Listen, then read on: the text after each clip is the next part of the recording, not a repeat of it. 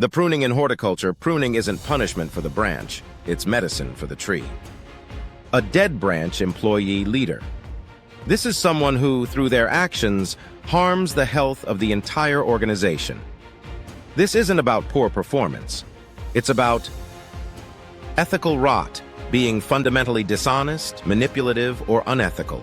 Cultural disease, poisoning the culture with toxicity, harassment, or exclusion. Reputational risk, acting in a way that puts the entire company's reputation in jeopardy. Why pruning is necessary. Keeping a dead branch attached threatens the whole system.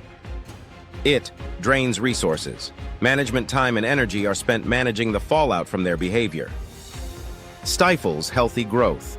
Talented, ethical employees will not thrive in their shadow and will eventually leave. Why should I stay if they get promoted? Block sunlight.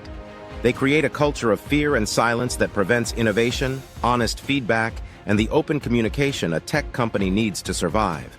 Invites pests.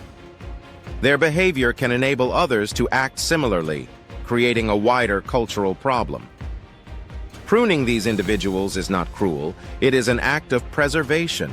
It is a clear statement that the health of the entire organization is more important than any single individual.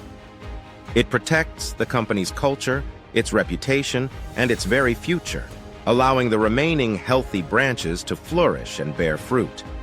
In conclusion, the heat of the tech world makes ethical integrity not a luxury, but a fireproof requirement.